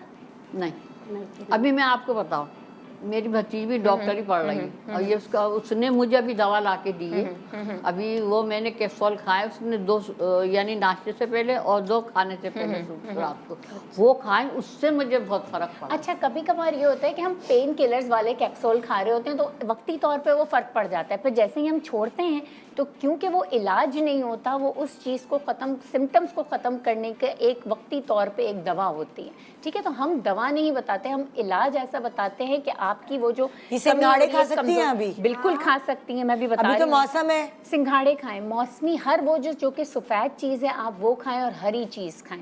ये दोनों चीज़ें आपका कैल्शियम की मिकदार पूरी कर देंगी। और मैं अभी आपको एक मिक्सचर बता रही हूँ जिसमें सफ़ेद मखाने हैं, ठीक है, वो ले लेंगी आप कुछ, आप 1 प्याली ले लें, इसके बाद आप इसकी क्वांटिटी बढ़ा देंगे। बहुत सारी चीज़ों का इलाज दवाइयों से ज़्यादा खानों से हो सकता है। ये जो कि अगर आप अपना लाइफस्टाइल बनाएं, वो वाली चीज़ सबसे बड़ी बात है। देखिए, स्ट्रेस है, फिर बहुत सारी चीज़ें हैं जो कि इसमें आपको मैटर करेंगी। ये सफ़ेद तिल भून लिए हैं थोड़े से, ठीक है, यह खोपरा नारियल, ठीक है, ये मोरिंगा है, स्वांजना के पत्ते हो गए, ये थोड़ी सी काली मिर्च है, हल्दी है, आंबा हल्दी, और ये अदरक है सूखी। इन सब चीज़ों को मैं यहाँ पे मिला दूँगी थोड़ी थोड़ी क्वांटिटी में। जैसे अगर 1/2 कप ये हो गया तो इसमें 1/2 टीस्पून काली मिर्च होगी, इसमें 2 टेबल स्पून भर के मैंने ये डाल दिए सफ़ेद तिल भुने हुए, ठीक है, 2 ही टेबल स्पून मैंने भर के डाल दिए ये कोकोनट खोपरा जो कि पिसा हुआ होता है। अब इसमें 1 टेबल स्पून डालूंगी क्योंकि ये थोड़ा सा कड़वा सा टेस्ट देता है, इतना अच्छा टेस्ट नहीं देता, ये डालूंगी। इन सब का 1/2 टीस्पून डालूंगी मैं आंबा हल्दी, ठीक है, और इसी तरह 1/2 टीस्पून डालूंगी मैं अदरक का पाउडर। इन सबको मैंने पाउडर बना के एक जगह रख दिया। अब कैसे इसको खाना है, इसमें आप सिंघाड़े का पाउडर भी डाल सकती हैं। वैसे अगर नहीं अच्छा लग रहा, नहीं टाइम है, सिंघाड़े का पाउडर डाल दें आप, इसमें 1/2 कप डाल दें। अब इसको सब चीज़ों को आपने मिला के रख लिया एक जगह। अब खाना कैसे, आपने 2 टेबल स्पून निकाले इस पाउडर के, समझे ये मिक्स हो गया है, इस पाउडर के 2 टेबल स्पून आपने निकाले, इसमें 1/2 टीस्पून आपने शहद मिलाया, सिद्दर शहद मिलता है, बहुत आसानी से मिल जाता है, 1/2 टीस्पून वो डाला, और हाँ, और 1/2 टीस्पून आपने डाला देसी घी, इसको मिला लिया। अब ये आपका फैट सॉल्यूबल विटामिन डी और कैल्शियम और मैग्नीशियम तीनों चीज़ें आपके पास आ गई, जो कि फ़ैट के साथ आपकी बॉडी में एब्जॉर्ब हो जाएगा। आपने ये सुबह नाश्ते के वक्त 1 से 2 टेबल स्पून भर के इसका माजून सा बन जाएगा, आपने खा लेना है। इतना बुरा भी नहीं होगा, हल्का सा नीम गर्म पानी ऊपर पी लीजिएगा। एक तो ये चीज़ हो गई। अब जो आपको हड्डियों में इतना खिंचाव आता है, दर्द होता है कि दिल चाहता है कोई बाम की पट्टी या कुछ, तो आपने लाहौरी नमक में अपना गर्म पानी के साथ अपना पाँव डिप करके रखना है। हाथ भी, उंगलियां भी जब बहुत दर्द हो रही हो ना, तो डिप करके ऐसे उनकी एक्सरसाइज करें। एक ये हो गया। इसके साथ साथ आपने जैतून का तेल ले लेना है आधा कप। एक ये मैं लेप भी बनाना आपको सिखा रही हूँ, ठीक है। इसमें आपने डाल लेनी है हल्दी, आंबा हल्दी आपने डाल देनी है, एक टीस्पून आप डाल लें, ठीक है, और 1 ही टीस्पून आपने अदरक का पाउडर डाल देना है, ठीक है। इसके साथ आपने 1/4 टीस्पून डालनी है लौंग का पाउडर, ये आपके हाथ के दर्दों को ख़त्म करेगा। ये एक आपने लेप बना लेना है, जैसे आपका एक लोशन बन गया, बाम बन गया। आपने ये लेप अपने घुटनों पे, उंगलियों पे, जहाँ भी दर्द आपको ज़्यादा होता है ना, ये लगा के वो जो कॉटन की पट्टी होती है ना बारीक जाली वाली, उसको हल्का सा लपेट लेना और लगा के सो जाएं। आप जब सुबह उठेंगी तो आपके जो सारे जोड़ होंगे ना वो रिलैक्स हो जाएंगे इंशाल्लाह। आप जैसे कभी कभार होता है ना, सुबह उठ के पैर ज़मीन पे नहीं रखा जा रहा होता, हाथ से कुछ पकड़ा नहीं जा रहा होता, ये हाई यूरिक एसिड की वजह से होता है। और इसके साथ साथ क्योंकि यूरिक एसिड हाई है और आजकल मूली का सीज़न है, तो मूली का इस्तेमाल करें सुबह नाश्ते में। मूली आधी काट लें और वैसे ही खा लें, आप देखेंगे आपका यूरिक एसिड इंशाल्लाह बॉडी से फ्लश आउट कर देगी। ये मूली इतनी बेहतरीन चीज़ है। ठीक है जी, शुक्रिया। डॉक्टर की फीस दें। इतना डबल शिफ्ट ले लिया आपने तो, डॉक्टर की फीस कंपाउंडर आपसे कलेक्ट करने आ रहा है जी। अस्सलाम वालेकुम, क्या हाल है? आप ठीक है? अल्हम्दुलिल्लाह जी। कंपाउंडर आपसे सवाल करना चाहते हैं, कौन से डॉक्टर के कमरे में जाएंगी आप? डॉक्टर बतूल से कंसल्ट करूँगी। क्या है आपका मसला? मेरा मसला है सीने में कंजक्शन हो जाती है अभी सर्दी की वजह से, ज़्यादा बलगम और फिर खांसी, और रात में सोने में है ना सीटी की जैसी आवाज़ बहुत आ रही होती है, तो रात भर नींद भी प्रॉपर तरीके से नहीं हो खराटों की वीडियो यासर ने बना के दिखाई मुझे। हाँ, मेरे साथ भी ये प्रॉब्लम और वो फिर हस्बैंड भी कहते कि मुझे कहते हैं कि तुम खराटे लेते हो, कहते हैं तुम इतने ले रही होती हो। मेरे पास है भी, दिखा दूँ? नहीं दिखाऊंगी। तो बस ये इसका थोड़ा सा ज़रा हल बता दें आप, या कोई रेमेडी वगैरह बता दें। खराटों का हल पूछ रही है या सीटी का हल? दोनों का। जी, बहुत आसान सी रेमेडी है। देखिए, आंबा हल्दी इस मौसम में बहुत अच्छी आती है, अदरक की तरह होती है, और अगर आप इसका सुबह शाम से खैवा बनाकर पी लेंगे तो ना सिर्फ वेट लॉस में हेल्प करती है, मेटाबॉलिज्म को इंक्रीज करती है, चेस्ट कंजेशन का बिल्कुल खात्मा। आपको कोई भी वायरल जो है वो अट्रैक्ट करेगा ही नहीं। ठीक है, अब वो जो सीटी का इशू है, this is a very potent antibacterial है ये। आपका हर सीटी बचने का मतलब ये कि आपको इन्फेक्शन स्टार्ट हो चुका है। ठीक है, तो आपने इसको इस तरह तोड़ लेना है, और इसके बाद आपने इसमें शामिल करना है 2 से 3 इलायची, साबित इलायची भी ले सकते हो, इलायची का पाउडर भी, और 1 चम्मच आप लेंगी साबित गेहूँ। इसको आप बनाइए, उबालिए 2 गिलास पानी में, जब 1.5 गिलास रह जाए हल्के हल्के पी जाइए, लेकिन ये आपने खाने के 2 घंटे बाद करना है, और सुबह निहार मुँह पीजिए इसको। 2 से 3 दिन में आजकल जितने भी लोगों का वायरल का इशू आ रहा है, चेस्ट कंजेशन, उनकी आवाज़ चली जा रही है। तो आवाज़ जो जा रही है, इसी को बजाय पानी में उबालने के आपने हल्का सा तवा पे सेक लेना है। उसको जो है एक नॉर्मल कॉटन सा या पुराना दुपट्टा ले लीजिए, उसमें बांध दिए, और यहाँ पे आप सिकाई कीजिए ऐसे, और सीने पे सिकाई कीजिए। तो वो जब सिकाई होगी, आपको ना सिर्फ आराम से नींद आ जाएगी, जो आपकी सीटी की आवाज़ है वो भी ठीक हो जाएगी, जो गला बंद हो गया है, जो यहाँ पे स्वेलिंग होती है, या बहुत सारे बच्चों के टॉन्सिल सूज जाते हैं, तो आप कपड़े में लपेट के ना हल्का सा, देखिए इतना हल्का रखना है तवे पे कि ना जले नहीं, और अपने ऊपर टच करके देख लीजिए, फिर आप गले पे रखिए उसको। इतना सुकून मिलता है, उसके बाद आपका जितना बलगम होता है वो आपका नीचे घुल के ही नीचे जाना शुरू हो जाता है। पीना भी बेहतरीन है, और सिकाई करने से तो बहुत ज़्यादा फ़ायदा होगा। ये ऑन एंड ऑफ करते रहिए, क्योंकि ये एंटी वायरल चीज़ है। जब आप इसे पीती रहेंगी तो मज़ीद आपको दोबारा से बैक्टीरियल इन्फेक्शन या चेस्ट कंजेशन की शिकायत नहीं होगी इंशाल्लाह। चले, हमारे खराटों का तो हल में वो अभी तक वहीं है। सुनिए, ब्रेक पे जा रही हूँ मैं, तो प्राइवेट क्लिनिक पे आपको लगा दूँगी। हमारे खराटों का हल तो मिल गया, अब आप भी इसको इस्तेमाल करें। छोटा सा वक्फा, वक्फे के बाद देखते रहिए गुड मॉर्निंग पाकिस्तान।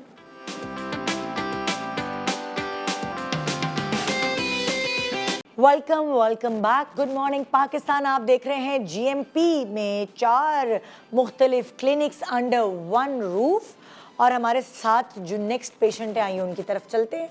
अस्सलाम वालेकुम जी। वालेकुम अस्सलाम। कैसी हैं आप? अल्हम्दुलिल्लाह ठीक ठाक। किस डॉक्टर से मिलना है? मुझे डॉक्टर बतूल से मिलना है। डॉक्टर बतूल से क्यों मिलना है, क्या प्रॉब्लम है? इसलिए कि मेरे ना चेहरे पे छाइयाँ बहुत हैं। हाँ। ये मैंने 10 साल पहले तो मैं ठीक थी, हाँ। मतलब 10 साल से मुझे ना ये छाइयों का मसला हो गया।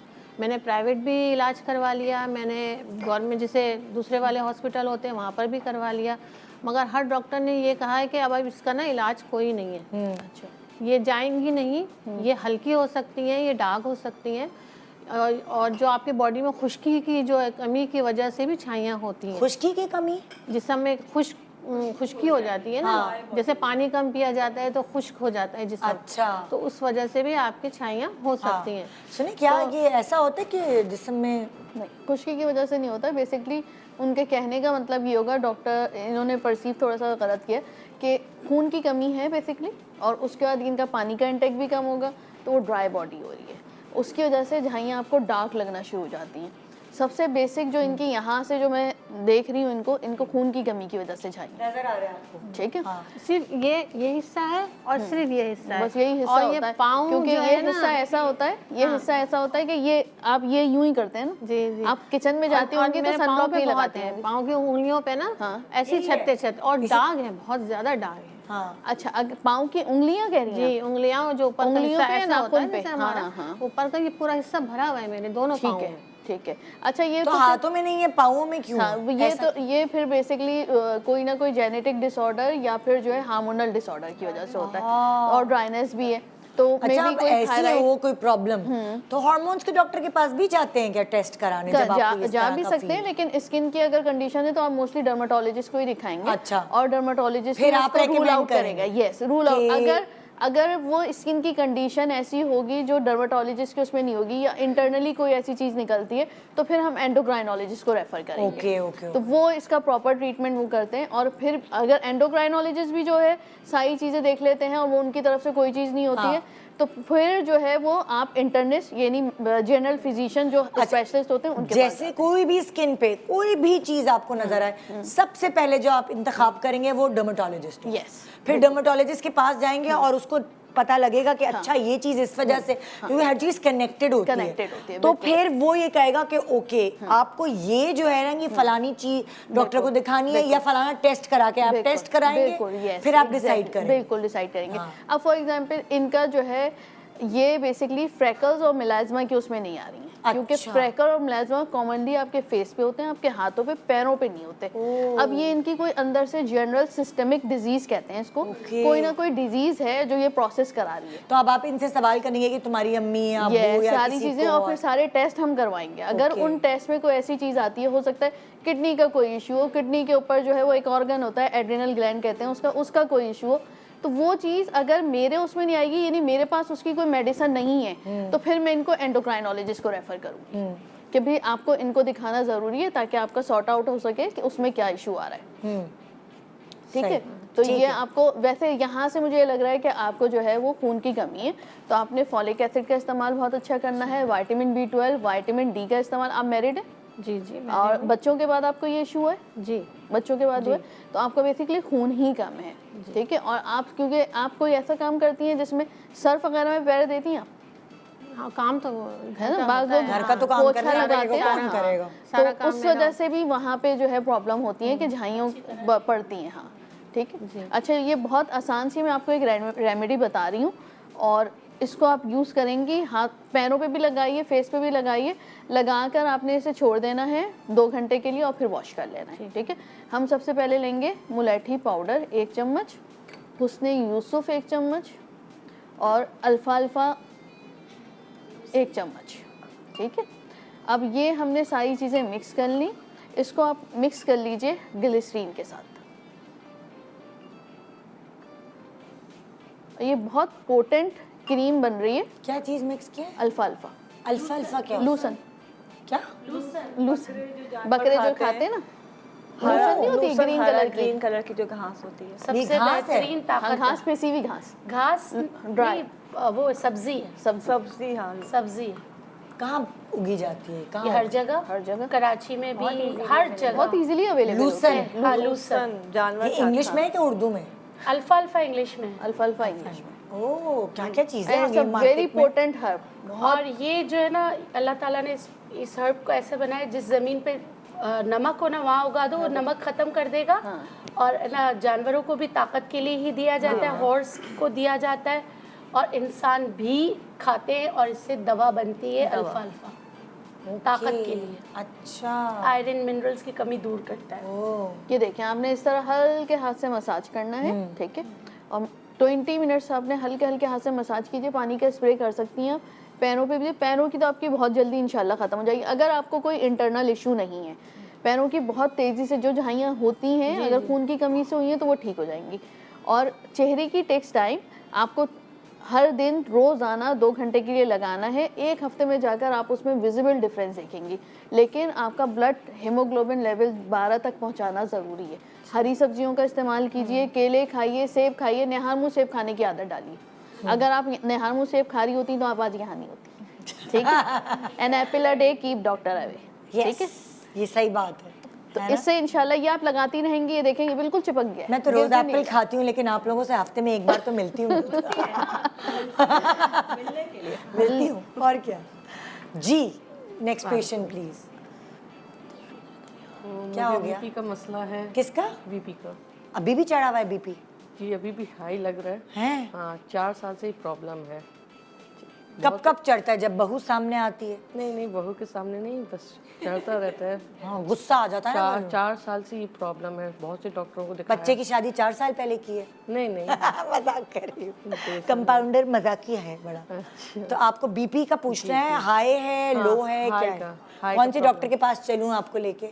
डॉक्टर उम्मे राहिल। डॉक्टर उम्मे राहिल। अच्छा, आपको कोलेस्ट्रॉल वगैरह तो नहीं है? नहीं, सिर्फ कोलेस्ट्रॉल बीपी हाई रहता है, शुगर वगैरह कोई और चीज़?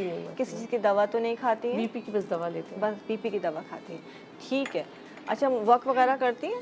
जी वॉक करती हैं, गुड। अच्छा, बहुत आसान है, बीपी का इतना इशू नहीं है, इससे कि इनका वेट बहुत ज़्यादा नहीं है। बहुत मसला ये होता है ना, बात घर में चिड़चिड़ापन, बच्चों पे गुस्सा हो जाना। हाउस वाइफ है, जाहिर सी बात है सारी जिम्मेदारी मेरे ऊपर है, बिल्कुल, इसलिए बच्चों पे बहुत चिड़चिड़ापन निकाल देते हैं। वो लोग हमको सुलाने की कोशिश करते हैं, दवा खिला के सुला देते हैं, मम्मा परेशान है। नहीं, बीपी की दवा खिला के सुला देते हैं। हाँ, हो जाता है, नींद आती है हमको, कंट्रोल नहीं रहता। और सोने के बाद आप रिलैक्स फील करती हैं? जब सो के उठते तो रिलैक्स। स्ट्रेस बहुत है, स्ट्रेस की वजह से डॉक्टर ये कहते हैं टेंशन बहुत है। हाँ बिल्कुल, टेंशन बहुत है। आपको टेंशन क्या है? टेंशन किसी चीज़ की नहीं पता, ही डॉक्टर बस सबको कहते हैं टेंशन आप बहुत लेती हैं। हाँ ठीक है, मैं बता देती हूँ। अच्छा, बहुत ही आसान सी चीज़ है। सबसे पहले तो हमने लेने अर्जुन की छाल, तकरीबन इतना एक टुकड़ा अर्जुन की छाल का लीजिए। इसमें जो है ये चाइना रोज, गुले गुड़हल जो है इसका, गुले गुलहड़ चाइना रोज होता है। क्या क्या सामान ला रहे हैं आप लोग? गुले गुलहड़, चाइना रोज इंग्लिश में बोल रहे हैं, हिबिस्कस भी कहते हैं। हिबिस्कस, हाँ ठीक है, ये आप इसकी पेटल्स आराम से मिल जाते हैं। हिबिस्कस टी, बहुत अच्छी, हिबिस्कस शीशा, बहुत सारी चीजें। और ये हिबिस्कस जो अगर टी बैग ले लें, नहीं तो खुला हुआ ले लें। ये जो है ना आपका बीपी के लिए और स्ट्रेस को रिलीज करने के लिए बहुत इफेक्टिव है। अच्छा, सारी की दुकान आराम से मिल जाए, आराम से। 4 से 5 पत्तियां आप डालेंगे कड़ी पत्ते की और इसका कहवा बनाएंगे, ठीक है। अच्छा, एक कप सुबह पीना है, 1 कप आपने शाम को पीना है। कुछ भी करने की ज़रूरत नहीं, सिर्फ 2 रूटीन बना लें कि ये बस जैसे चाय बनती है, आपने 3 चीज़ों का कहवा बना के रोज़ाना पीना है। लौकी खाने में इस्तेमाल करना शुरू करें, थोड़ा सा इसका जूस निकाल के, मतलब इसको ब्लेंडर में डाल के, और आधा कप, ज़्यादा ना पिए, सर्दियाँ, आधा कप सिर्फ दोपहर में पीना शुरू करें, नहीं तो इसका सूप बना के पीना शुरू कर दें। तो ये भी आपका स्ट्रेस भी ख़त्म होगा और बीपी जो है ना वो इंशाल्लाह बहुत जल्दी नॉर्मल होना शुरू हो जाएगा। वॉक आप करते हैं, बट बेस्ट जो है ये है कि 3 चीज़ें, अपना हिबिस्कस चाइना रोज़, अपना अर्जुन की छाल और कड़ी पत्ता, ये 3 चीज़ों का आपने बना के रख लिया, घर में अपने जार पे भर के रख लीजिए और सुबह और शाम इसका कहवा बना के पीना शुरू कर दें, तो आपको गुस्सा भी नहीं आएगा इंशाल्लाह। थोड़ा सा वॉक किया करें, हल्का सा लेवेंडर ऑयल जो है ना अपने गर्दन के पीछे ज़रूर लगाया करें। आपको लगता है आपको बहुत गुस्सा आ रहा है, चिड़चिड़ी हो रही है, ये अपने तकिए के ऊपर लेवेंडर ऑयल थोड़ा सा स्प्रे कर लिया करें और घर में भी स्प्रे किया करें, तो आपको जो एंग्जाइटी या जो है गुस्सा आ रहा है ये कम होना शुरू हो जाएगा। ठीक है, सही है जी। अस्सलाम वालेकुम। क्या हुआ? खामोशी हो गई। मैं अपना शुगर का मुझे इशू है 3 साल से ना, तो मैं उसके लिए मतलब मालूम करना चाह रही थी। मैं मेडिसिन वगैरह खा रही हूँ, लेकिन ना मेरा 300 से नीचे नहीं आता है शुगर। और क्या नाम है, जबकि मैं पहले बहुत हेल्दी थी, अब तो मेरा वेट भी बहुत कम हो गया। लेकिन ना मैं नॉर्मल भी अगर चेक करवाती हूँ ना तो मेरा बढ़ावा ही आती है शुगर। अरे जिसकी हालांकि मैंने मीठा भी काफ़ी हद तक कम कर दिया है। चलो ये होता है ना कि मीठा खा रहे हैं तो इसकी वजह से शुगर हाई हो रही है, लेकिन मैं काफ़ी हद तक मैंने परहेज़ भी करना शुरू कर दिया। अच्छा, लेकिन मेरी कंट्रोल में नहीं आ रही है शुगर। अच्छा, मुझे ये बताया, आप वॉक करती हैं? जी वॉक करती कितना? बस ज़्यादा नहीं, आधा घंटा। आधा घंटा दिन में कितनी दफ़ा? 1 दफ़ा ही आधा घंटा वॉक? नहीं, कभी कभी 2 दफ़ा भी हो जाता है, वरना ज़्यादातर 1 दफ़ा। आप वर्किंग लेडी हैं, घर पर होती हैं? जी घर पे ही होती है। घर पर होती हैं, हाउस वाइफ है जी। अच्छा, और आपको ये हेरिडिटी में तो नहीं, मतलब माँ बाप में से किसी को शुगर था, आपको हो गया, या बच्चों के बाद हो गया? नहीं, बच्चों के बाद हुआ है मेरे, नहीं फैमिली में किसी को नहीं है। अच्छा, ये सिर्फ मुझे ये और ये बच्चे के होने के बाद ही हुई। अच्छा, मुझे ये बताया, आपका HbA1c कितना रहता है? मतलब 250। नहीं, HbA1c आपने कराया?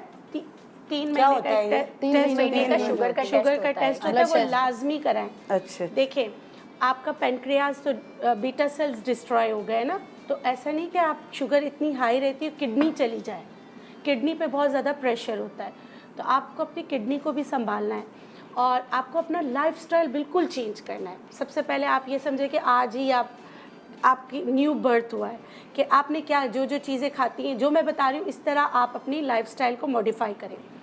भूख लगे तो आपके पास है चने, सही है, ये आपके शुगर को कंट्रोल करेंगे, आपके भूख को ख़त्म करेंगे, आपको ताकत देंगे। जो आप घुल रही हैं ना उसके लिए बहुत अच्छा है, तो आपने इसका इस्तेमाल करना है। ठीक है, एक बूटी आती है, अगर HbA1c अगर आपका 11 पे भी है तो भी वो इंशाल्लाह 5 तक आ जाएगा।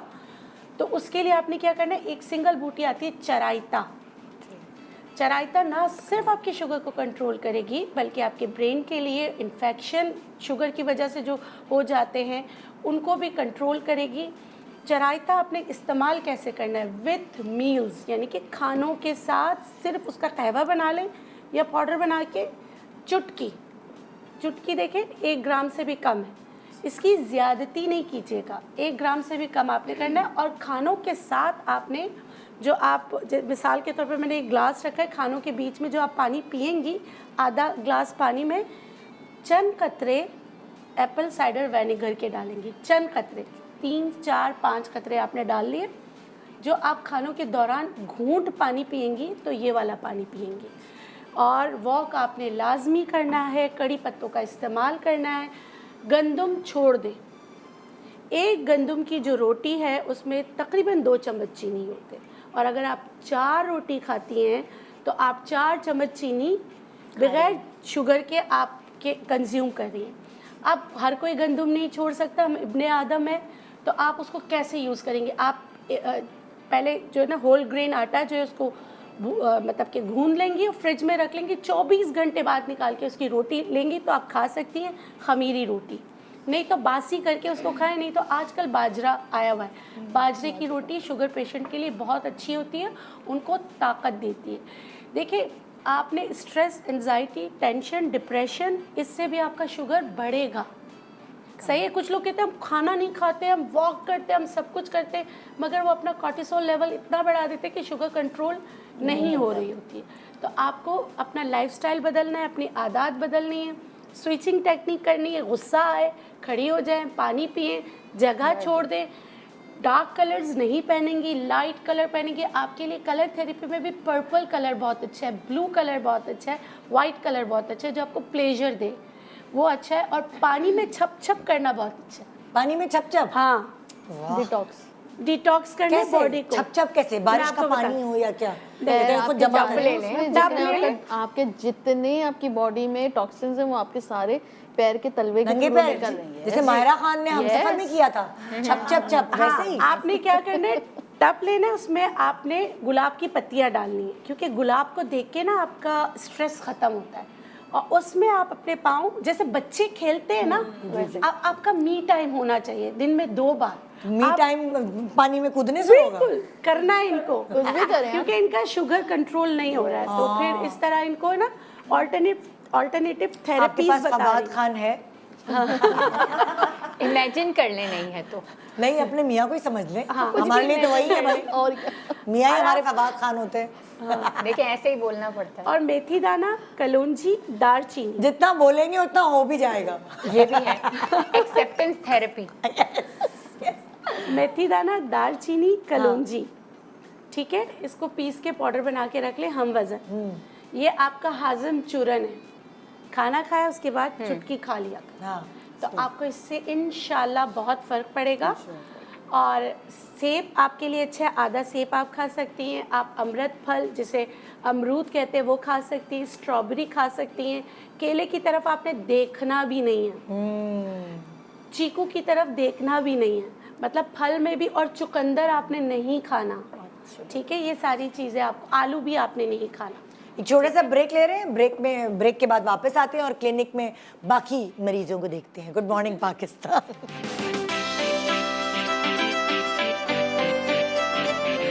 Welcome welcome back. मैं भूल जाती हूँ, अपनी असलियत पे आ जाती हूँ। लेकिन आज हमने जीएमपी क्लिनिक सजाया हुआ है, 4 डॉक्टर्स हमारे पास हैं। आइए चलते हैं अपने नेक्स्ट पेशेंट की तरफ। अस्सलाम वालेकुम। अस्सलाम वालेकुम। कैसी हैं आप? अल्हम्दुलिल्लाह। ठीक ठाक हैं? जी जी। ठीक होती तो क्लिनिक क्यों आती फिर? बोलिए मैं ठीक नहीं हूँ। वो क्या मसला है आपके ग्रे साथ? हेयर्स का मसला है, मतलब सफ़ेद बालों का? जी। तो अभी तो आपके नज़र नहीं आ रहे। वो भी कुछ दिन पहले शादी में जाना था, 2 दिन पहले तो डाई करवाए हैं, तो अभी से सफ़ेद बाल आ गए? बचपन से ही है, मतलब 5 अच्छा, क्लास फैमिली में? जी, कौन सी जी। डॉक्टर के पास जाओगे सफ़ेद बाल दिखाने? डॉक्टर बतूल के पास। डॉक्टर बतूल? अच्छा देखिए, सफ़ेद बालों का इशू ये होता है कि अगर आपकी फैमिली में है तो फिर तो आपको होंगे, ठीक है। लेकिन अगर आपकी फैमिली में नहीं है तो फिर आपने अपनी डाइट से सोडा ड्रिंक्स, ठीक है, और चीनी का इस्तेमाल तकरीबन ख़त्म कर देना है। ओकेजनली आपने चीनी लेनी है, क्योंकि ये चीज़ें आपके बाल तेज़ी से सफ़ेद कराती हैं, ठीक है। अच्छा, रेमेडी बहुत आसान सी है। हमने शिकाकाई लेना है 1 चम्मच, 1 चम्मच हमने लेना है हिबिस्कस पाउडर, और 1 चम्मच हमने लेना है कलौंजी।